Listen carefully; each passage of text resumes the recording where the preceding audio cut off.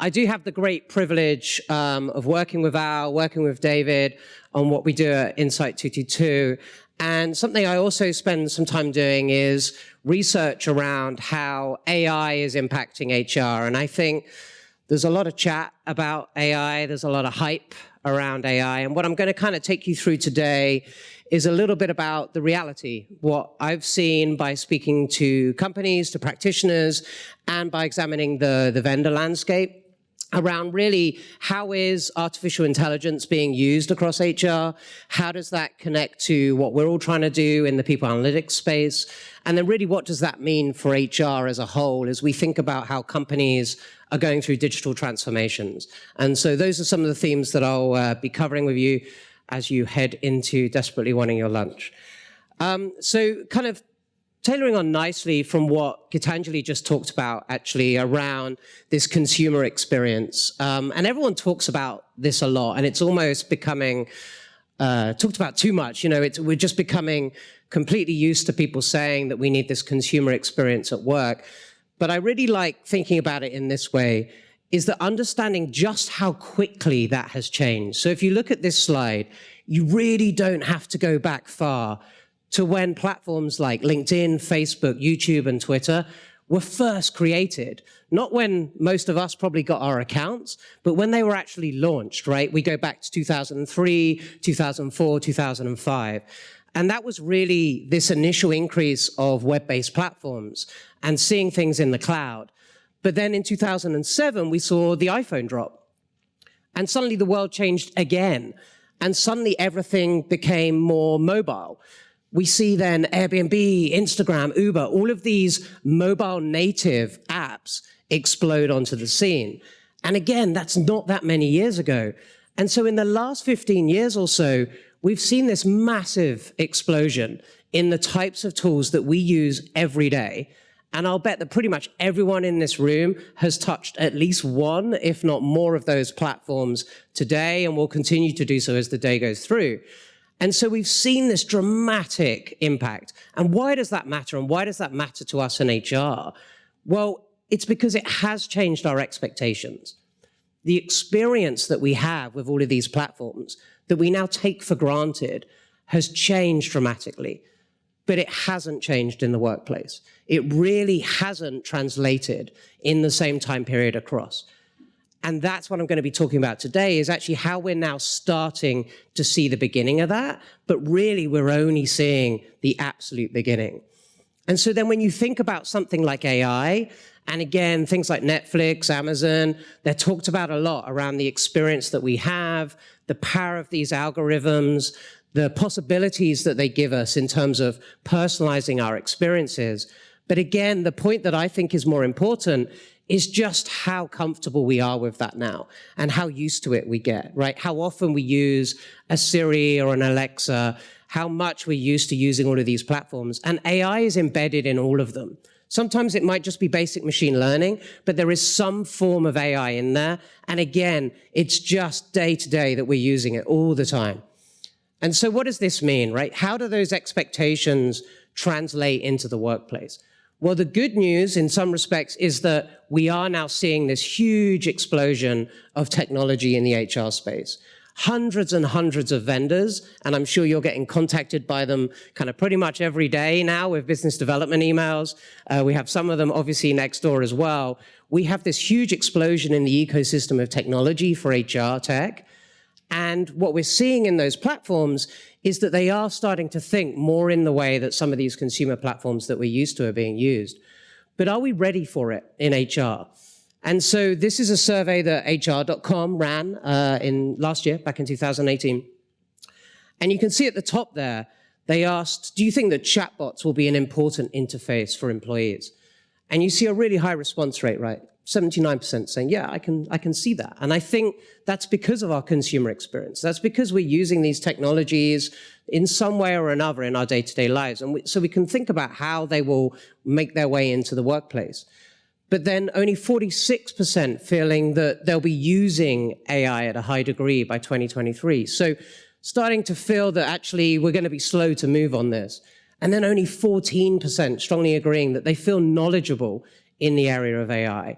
And that's something that we're thinking a lot when we think about what we're doing with myHRfuture and Insight 222. And this is the biggest gap and the biggest problem that I see, is that we have these expectations and we have the hype, but the reality is taking a long time to translate and come across.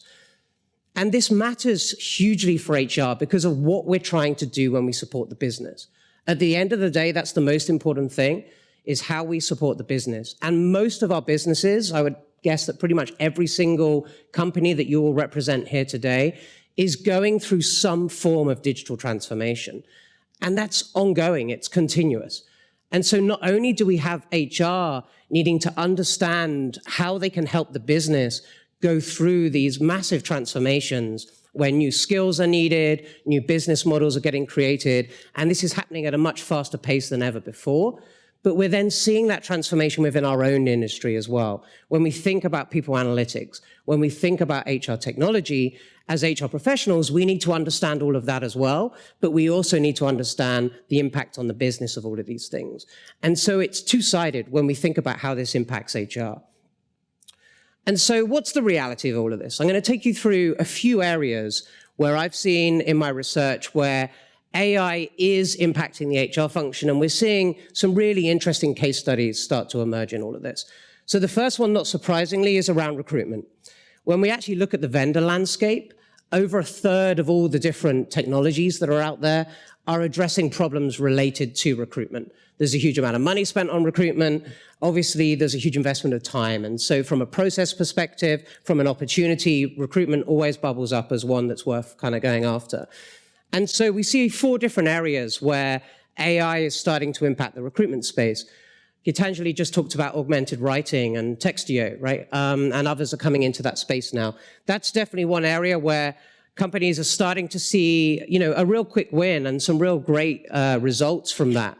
We're still kind of stuck with this archaic long-form job description. And so whilst we're still using that, we might as well at least try and make it better as we also think about other ways that we can quantify what people can do and quantify work.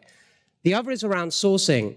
In those last 10 years or so, we've seen obviously the rise of LinkedIn. We've seen this massive shift from active applications to jobs to more passive recruiting, right? To recruiters spending much more time sourcing candidates, headhunting, etc.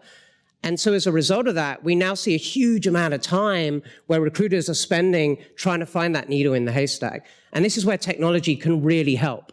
It can help with those searches. It can help with identifying candidates in maybe non-traditional sources outside of some of the typical places like LinkedIn. And what we're seeing is certain tools that will automate some of those searches. You still need the recruiter. The recruiter is being augmented by this technology, but rather than spending several hours running different searches, trying to find candidates, you can train tools and technology to do that for you and ultimately get that list of candidates back that the recruiters convert much quicker. And so sourcing is one area where we're starting to see a lot of tools. The other, which we heard a little bit about from Frida and Tomas yesterday, is around assessment and selection, right? How can we get much better at really quantifying what people are good at, going beyond this traditional resume-based approach or gut feel in interviews? As Tomas talked about, the science has been around for ages, but for many reasons, it's kind of fallen out of favor. And technology is now really helping us identify potential, think about how we quantify skills and assess for those. And so companies like Pymetrics and others are really starting to help with that process of selecting talent. And so that's one area that definitely a lot of companies are starting to explore. And then the last is around how can we use chatbots. And when we think about chatbots in the recruitment process, it's not just about pre-screening and identifying candidates, but also really improving that candidate experience as they go all the way through the process.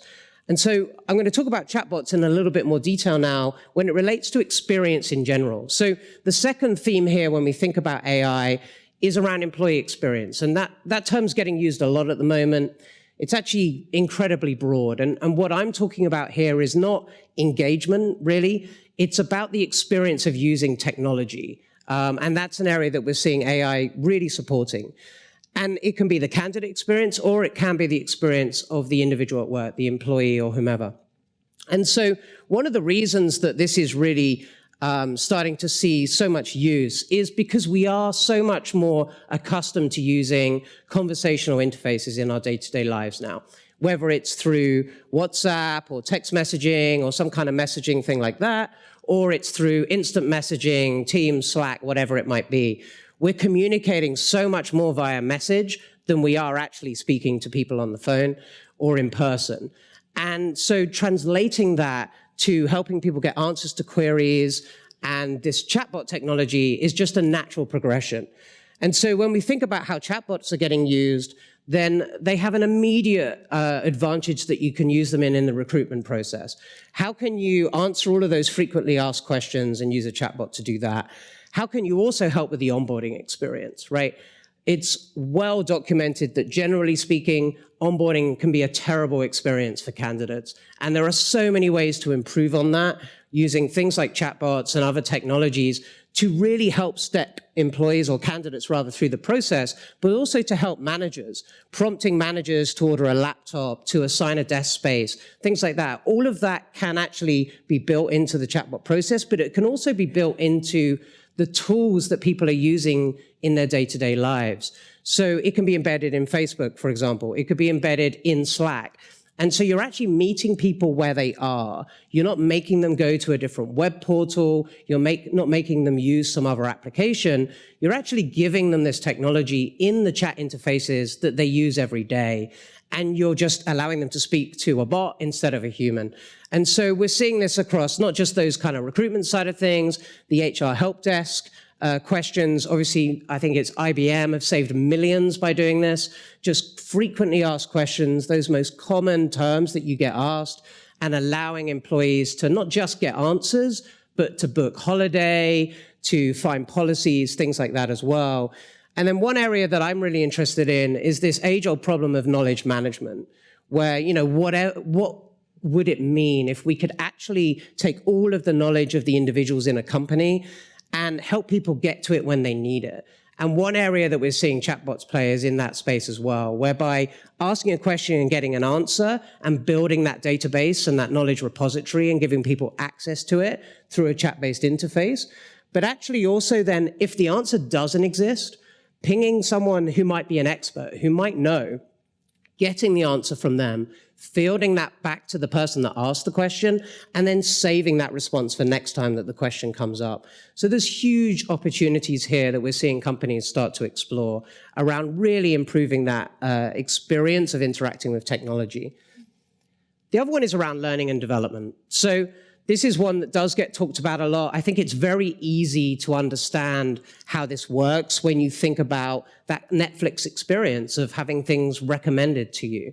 And so one area where we've seen, probably the second after recruitment, another big explosion in technology is in more of this learning experience platform market. So the days of the LMS being where people go to consume learning are obviously falling out of favor. How can we put a layer on top that aggregates not only public content, but also the content that you have within your organization? But also, how can we make that far more personalized? This concept of one size fits all, you know, is dead and should be dead, right? It doesn't need to exist at work anymore. We can create a much more personalized experience in terms of providing the learning content that people want when they want it, and so it's relevant to them. But also then learning, right? Learning about the skills that people have, the activity that they're taking in a platform, and then recommending content to them, just like you get those recommendations in your consumer life. And so there's a numerous number of platforms that are cropping up that are starting to tackle these issues. And then virtual reality is a really interesting space that actually is still quite underutilized and probably hasn't caught fire as quickly as people thought it would. But there are companies like Walmart and Accenture that are starting to use virtual reality both in the learning space and also in the recruitment space. And what you're able to do with some of these VR technologies is really create a much more immersive experience, but also simulate real on-the-job experience for people and allow them to experience what it would be like to do that, and actually in a very cost-effective and simple way. And so I expect to see virtual reality definitely increasing in usage as time goes on as well. And then the last is around people analytics. So not a huge surprise for everyone in this room. And we've heard a lot of great examples over the last day and a half around how we are starting to see more machine learning or natural language processing technologies used to help with more advanced analytics. Keith talked yesterday about some of the work they're doing around predictive analytics to help with the recruitment process. Obviously, the ability to crunch tons and tons of passive data in O&A is really starting to be incorporated more and more and go alongside that more common survey approach. Al? Can you go back one slide again? Probably. Because there's like 10 people who want to take a photo. Oh, you want that photo? Did I click on too fast? There you go. He finished the build and then he clicked on far too quickly. Are we good? Cool. And so, yeah, O&A definitely an area that obviously is growing in popularity. And Rob this morning, did a great job of talking about just how powerful some of that data can be. Natural language processing, we are seeing really interesting models now, particularly targeted to employee data and really understanding employee comments and moving beyond the generic models that we saw, which were focused on marketing data. And so when we think about natural language processing and we think about natural language generation, which the more advanced chatbots have, then all of this starts to create so much more data, right? When we think about the learning example I gave before of how people are learning, what they're clicking on, what they're not, then all of this is then creating this wealth of data for people analytics teams to start to explore and to understand. And so huge opportunity there for everyone in this room from that point of view. So what does this all mean, and what does it mean more from a kind of trends perspective? And so when I actually talk about this, I prefer to talk about work tech rather than HR tech, because HR technology is for HR people, and that's kind of what we've had in the past. But actually, most of the new technologies that we're looking at are for everybody in the organization. And they're actually more important for the employees, the managers, or the candidates than they are for the HR organization. And yet, a lot of the time, we're choosing those technologies in a silo. And it's either a couple of people in HR, maybe it's the IT department as well, but we're really not thinking about that user experience, and we're not thinking about it more like a work technology like we would when implementing something like Slack, for example. And so the first trend that I think is really important for us to embrace is around user-centric design. So this is around design thinking principles. This is about thinking much more about the user experience and really collaborating with our users, employees, managers, when we're thinking about the problems that we're trying to solve and really understanding the problems that exist in any of the processes where we're thinking about incorporating technology, but also truly doing journey mapping workshops and techniques to really identify pain points and to really make sure that we're co-designing and that we're incorporating all of that feedback when we're going out and buying technology, and especially when we're building it. And so I think making sure that we're taking a much more user-centered design approach and thinking about that experience is super important here. And I think it's even more important, and this is something Al and I were talking about last night, when we think about all of the new technologies that we're plugging in, because all of these great new shiny tools look wonderful. But the problem is, and Stacia talked a little bit about this yesterday as well, is there's so many of them and we haven't seen that mass consolidation yet. And so actually the more that you start to plug in, there's a risk that you actually start to make that experience worse because of all the different interfaces, all of the different nudges and emails that people are getting. And so we have to keep that user in mind. The second is personalization. I've talked about this a little bit as I've gone through. This is a real opportunity. We've been stuck with one size fits all for far too long when it comes to technology in the workplace. And we just have this massive opportunity now to create a much more personalized experience, which is what people want and what people expect. And then the third is really how I see this starting to impact workforce planning.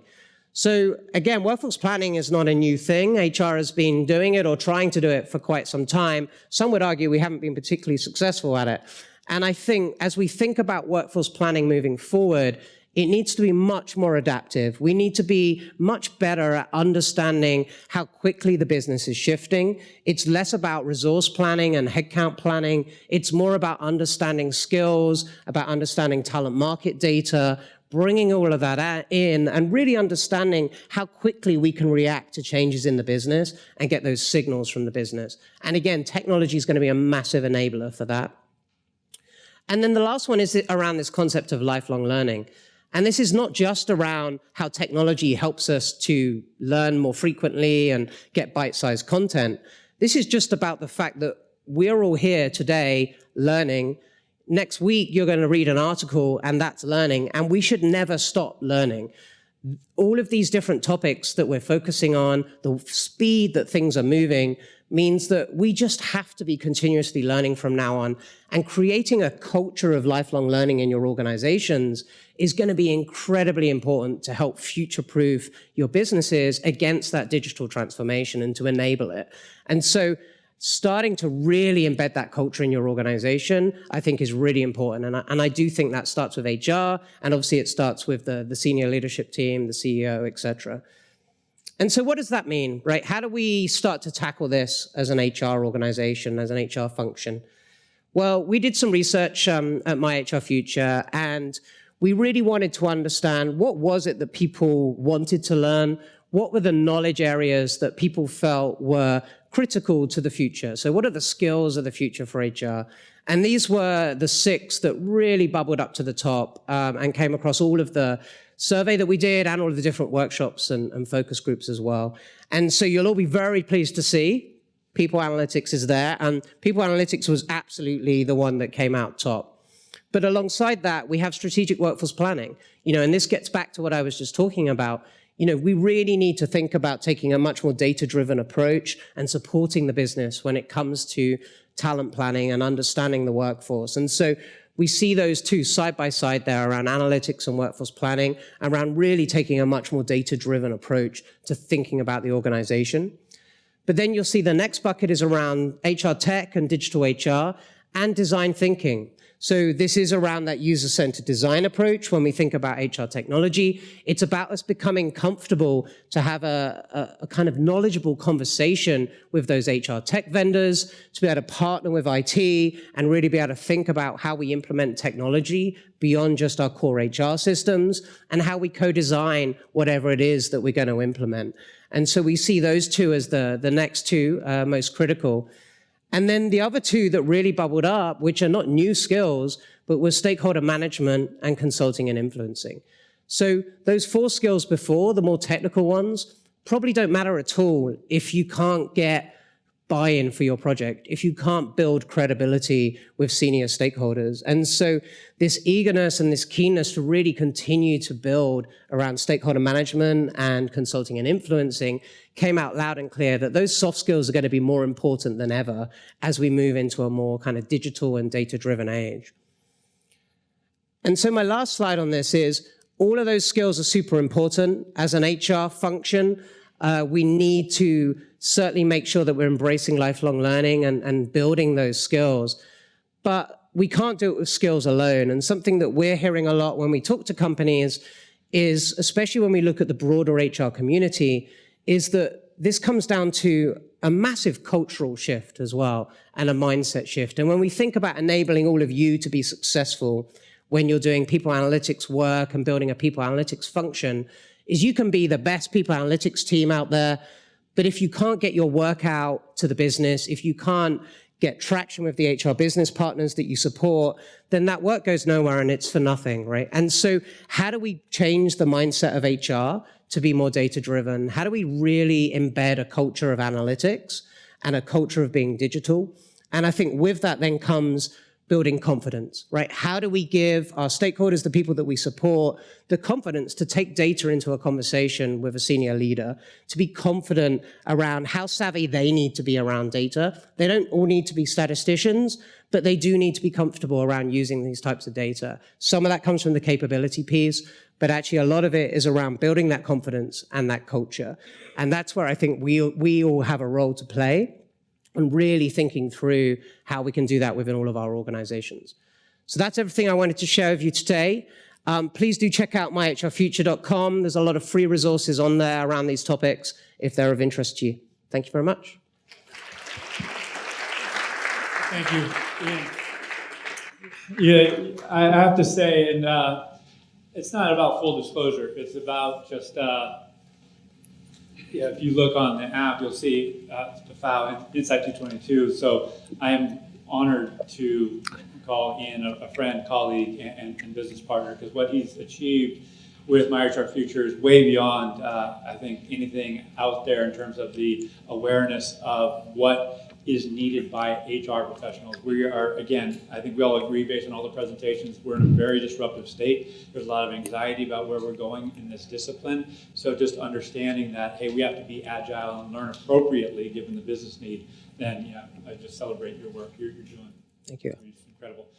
We do have time for one question, and then we're going, I'll get it. It's all right, I need some exercise. Yeah, you're doing well. Run, David, run. That's a jaunt. Yeah. Know what a jaunt.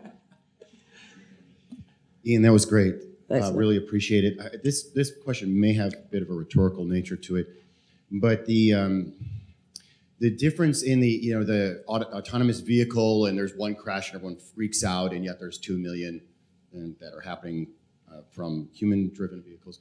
I'm wondering about this kind of parallel, and why do employees care, or do we assume they care more about their data in the hands of their employer than they do about their data in the hands of social media, web searches, and things like that, where we have this, it's just it seems like a parallel. There's just this real big distance between those spaces. So I'm wondering if you have any thoughts on that, and I think it's probably a much larger question that I would like to see us break through so that we do have better read on people, more like the websites they go to. Yeah, no, I think it's a great question. I think it's something we've talked about a lot, and I think it comes down to trust at the end of the day, right? There's the piece around ethics and what are you going to do with my data, and how can companies be transparent about that and really have mechanisms in place whereby employees understand that. And I think that's part of it. But actually, I think the other part is that there hasn't ever been a return on that data. We've pushed data into systems, and then it's just kind of who knows what it gets used for. And this was something I looked at Cisco a lot as well, which was we were trying to capture skills data. And in order to do that, we started with the employee and we said, okay, do this thing, give us this information, blah, blah, blah, and you'll get suggested learning. You'll get this, you'll get that. And I think that's what we get back from all these other platforms. It's, it's talked about a lot, right? But we do see some return on giving that data. And I think for too long, employees haven't seen that. And so there's a mistrust there around how that's going to be used. There's kind of a vulnerability around, will it be used to fire me or whatever it might be, right? And I think we have to overcome that, but it's baby steps, right? But I think that's where the user-centric design comes in. I think that's where really starting with the employee, not, oh, this is a corporate, tops-down approach to capturing data. It's like, no, we're going to do these things that make your life better as an employee. And if we end up looking at that in aggregate, that's great, and we'll get your permission to do that. But we're starting with you as an individual. And if I can maybe add to that, one of the things that we learned working with the Insight 222 group about data ethics is the data that my employer has can directly impact my ability to have a career, right? My ability to earn an income and support my family. Whereas a corporation that has my data when I buy something, that can hurt me more indirectly. So this feels so direct, and that's why I think it's so sensitive. Yeah, I think there's also something around data portability, which is in the past, and it's still pretty much the case, right?